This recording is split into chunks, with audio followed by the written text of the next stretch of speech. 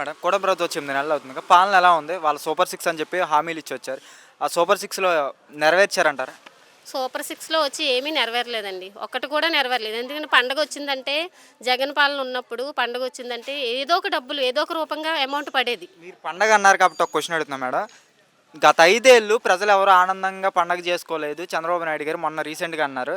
ఇప్పుడు మేము వచ్చిన 8 నెలల్లోనే ప్రజలంతా ఆనందంతో పండగ చేసుకున్నాం. నిజంగా పండగ ఆనందంతో చేసుకున్నారు. అంటే చంద్రబాబు నాయుడు గారికి పాలన లేక ఆయన ఆనందంగా చేసుకోలేదేమో 5 ఏళ్ళు పాలన. ప్రజలందరూ మాత్రం జగనన్న పాలనలో ఉండగా ఆనందంగా చేసుకోలేని పండగ అంటూ లేదు.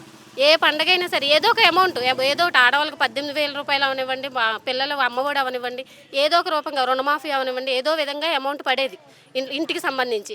ఈ వృత్తిపరంగా డబ్బులు ఏంటి ఏదో ఒకటి పడేది కాబట్టి ఏదో ఒక రూపంగా ఆనందంగానే చేసుకున్నారు. ఏ పండగ అయినా సరే, పెద్ద పండగ అవ్వండి, ఏ చిన్న పండగ అయినా సరే.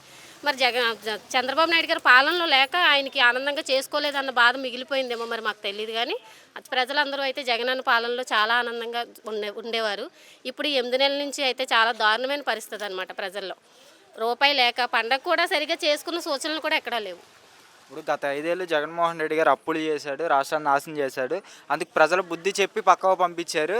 ఇప్పుడు నాయకులు కూడా జగన్మోహన్ రెడ్డిని వదిలి వెళ్ళిపోతున్నారు. ఇంక జగన్మోహన్ రెడ్డి ఇంక పార్టీ మూసేసుకోవడమే అని చెప్పి కూటమి నాయకులు అంటున్నారు. కానీ నిజంగానే జగన్మోహన్ రెడ్డి గత 5 ఏళ్ళు పాలన అంతా అస్తవ్యవస్థంగా ఉంది. అంటే జగన్మోహన్ రెడ్డి గారు ప్రజలకి గురించి చూశారండి, నాయకుల గురించి చూడలేదు. ఆయన ప్రజలకు పెట్టాలని చూశారు, పేద ప్రజలకి అందుబాటులో ఉండాలని చూశారు. నాయకులను చూడకపోవడం వల్ల వాళ్ళ బాధతో చేసి వెళ్ళిపోవచ్చు. దానికి మా జగన్ గారు కారణం అవ్వరు. ఎందుకంటే ఆయన ప్రజల గురించి ఆలోచించారు తప్ప నాయకుల గురించి ఆలోచించలేదు.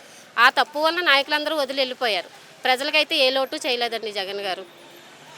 ఇప్పుడు నాయకులు వెళ్ళిపోతే మరి జగన్మోహన్ రెడ్డి గారి పరిస్థితి ఏంటి మేడం? జగన్ గారు నాయకులు ఉన్నా లేకపోయినా ఆయన సింహంలాగే ఉంటారండి. ఆయనకి ప్రజలు ఉన్నారు చాలు.